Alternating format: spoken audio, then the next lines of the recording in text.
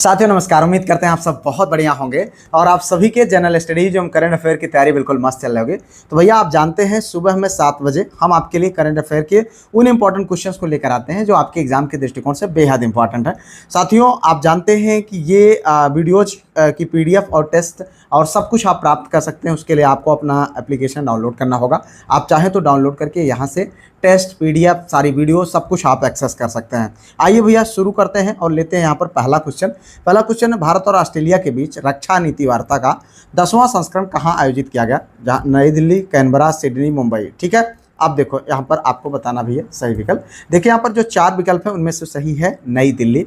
मेरे भाई मैं बार बार आपको कहता हूँ कि जो क्वेश्चन के आंसर आपको पता हो आप कमेंट कर दे, ना पता हो मेरे बताने के बाद करें, लेकिन कमेंट जरूर करेंगे। ऐसे चीज़ें आपको लंबे समय तक याद रहेंगी।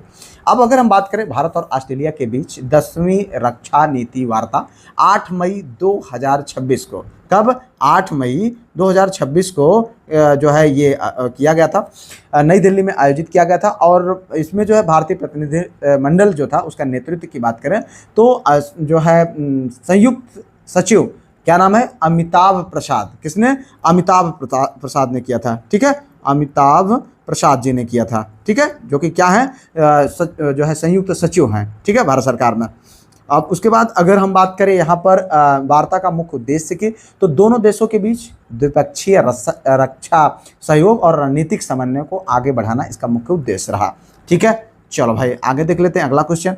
USA में यूनिवर्सिटी इनोवेटर अवार्ड 2026 से किसे सम्मानित किया गया है? ठीक है, USA में यूनिवर्सिटी इनोवेटर अवार्ड 2026 से किसे सम्मानित किया गया है? Doctor Shekhar Suman Bora, doctor Ramesh Kumar, doctor Anil Agrawal, doctor Vijay Singh. ठीक है, अब इसके आपको आंसर बताना मेरे भाई। यहाँ पर देखें जो सही विकल्प है वो है डॉक्टर शेखर सुमन बोरा। हाँ, असम के युवा वैज्ञानिक डॉक्टर शेखर सुमन बोरा को अमेरिका में यूनिवर्सिटी इनोवेटर अवार्ड 2026 का, ठीक है, 2026 का पुरस्कार इनको दिया गया। ठीक है, यह सम्मान 2026 टेक्सास इनोवेशन कॉन्फ्रेंस एवं अवार्ड से जो है में प्रदान किया गया है। ठीक है, यह सम्मेलन डलास और फोर्ट वर्थ टेक्सास में आयोजित किया गया था। ठीक है, कहाँ पर? डलास और फोर्ट वर्थ टेक्सास में आयोजित किया गया था। डॉक्टर बोरा जो कि वर्तमान में यूनिवर्सिटी ऑफ टेक्सास में रिसर्च साइंटिस्ट के रूप में कार्यरत हैं। कैसे हैं? रिसर्च साइंटिस्ट के रूप में कार्यरत हैं। कौन? डॉक्टर बोरा साहब। ठीक है, ये इतना आपको यहाँ पर इससे संबंधित जानना चाहिए। अमेरिका में जाने से पहले वो भाभा परमाणु अनुसंधान केंद्र से जुड़े रहे हैं। ठीक है भैया, चलो यहाँ पर आगे देखते हैं अगला क्वेश्चन। IIT मद्रास ने डीप टेक स्टार्टअप को बढ़ावा देने के लिए अपना पहला अंतर्राष्ट्रीय सेंटर कहाँ लॉन्च किया है? अमेरिका, ब्रिटेन, जर्मनी और फ्रांस। ठीक है, चलो भाई अब देखें यहाँ पर जो सही विकल्प है वो है आपका अमेरिका। जी हाँ भैया, आप जानते हैं इन वीडियोज़ को बहुत मेहनत से तैयार किया जाता है, तो कृपया आप इनको लाइक तो कर ही लिए, चैनल को सब्सक्राइब करें और उसके साथ साथ अपने दोस्तों के साथ भेजें। जो दोस्त अपनी तैयारी करते हैं उनके साथ जरूर शेयर करें, क्योंकि यहाँ पर हम आपके लिए चुनिंदा क्वेश्चन लेकर आते हैं। ठीक है, अब अगर हम बात करें यहाँ पर जो IIT मद्रास ने डीप टेक स्टार्टअप को बढ़ावा देने के लिए अपना पहला अंतर्राष्ट्रीय सेंटर कहाँ लॉन्च किया है? तो कहाँ किया है भैया? अमेरिका में किया है। ठीक है, अब इसके बाद जो ये अमेरिका में कहाँ पर? ठीक है, US सेंटर मेनलो पार्क जो कि कहाँ पर है? कैलिफोर्निया में है। जो कहाँ का भाग है? USA का। ठीक है, तो इतना आपको यहाँ पर जानना चाहिए। यह सेंटर 24 अप्रैल 2026 को लॉन्च किया गया था और इसकी घोषणा 6 मई 2026 को जो है सिलेक्ट USA इन्वेस्टमेंट समिट में की गई है। ठीक है, यह पहल IIT Madras global research foundation द्वारा की गई है। इसका मुख्य उद्देश्य भारतीय डीप टेक स्टार्टअप को सिलिकॉन वैली और वैश्विक बाजारों से जोड़ना है। इसके लिए कुल $7.5 मिलियन मतलब मिलियन अमेरिकी डॉलर का जो है निवेश की योजना की गई है। ठीक है, चलो भाई अब यहाँ पर देखें DRDO और IAF ने उड़ीसा तट पर किसका सफलतापूर्वक परीक्षण किया है? ठीक है, तो तारा ग्लाइड हथियार का, अस्त्र मिसाइल का, प्रलय मिसाइल का, पिनाका रॉकेट का। ठीक है, चलो अब देखिए यहाँ पर जो सही विकल्प है मित्र वो है आपका तारा ग्लाइड हथियार। जी हाँ, ये आपका सही विकल्प है। अगर हम बात करें DRDO और भारतीय वायुसेना ने, ठीक है, DRDO और भारतीय वायुसेना यानी इंडियन एयरफोर्स, उसके बाद अगर हम बात करें तो इनके द्वारा 7 मई 2026 को उड़ीसा तट के पास तारा नामक मतलब तारा का पहला उड़ान सफलतापूर्वक किया गया। तारा के पूरा नाम की बात करें तो जो है टेक्निकल एडवांस रेंज ऑफ जो है ऑगमेंटेशन है। क्या है, एक बात फिर से समझिएगा, तारा के फुल फॉर्म का तो क्या है यहाँ पर जो है टेक्निकल एडवांस रेंज ऑगमेंटेशन है। ठीक है, चलो, यह भारत की पहली स्वदेशी ग्लाइड हथियार प्रणाली है।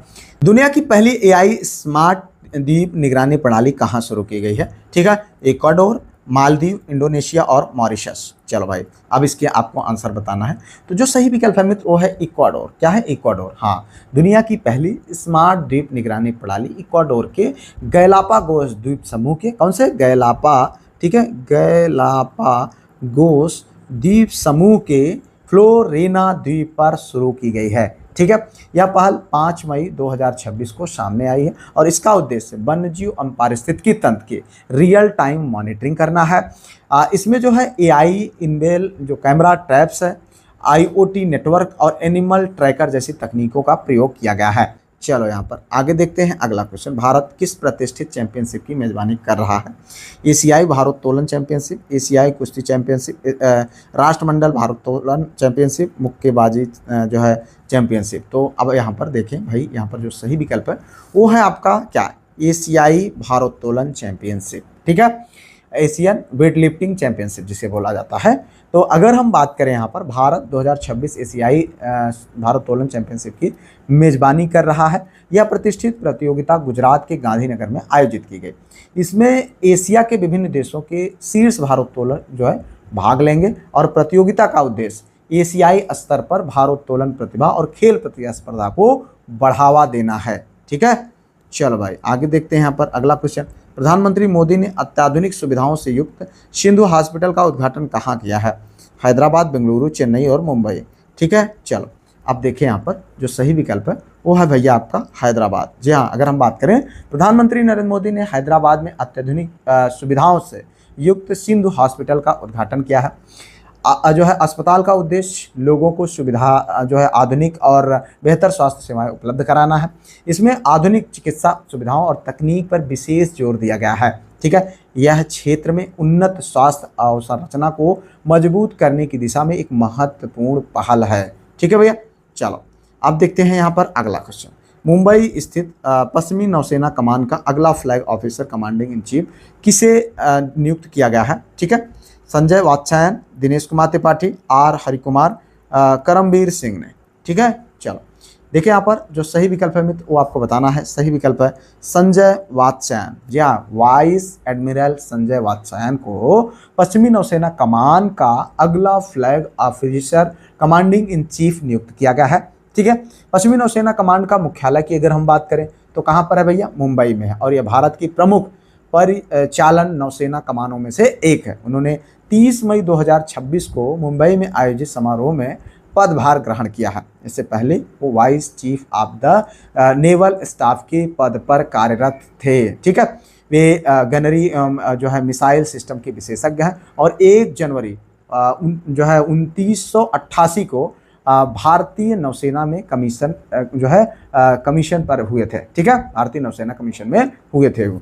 आगे बढ़ते हैं अगला क्वेश्चन। फुकेत में एडीटी प्लेयर्स चैंपियनशिप में अपना पहला खिताब भारतीय गोल्फर ने जीता है। तो आपको बताना है पुखराज सिंह ने जीता है, जीव मिल्खा सिंह ने, अनिवाल लाहिड़ी, शुभंकर शर्मा। तो क्या होगा आपका सही विकल्प?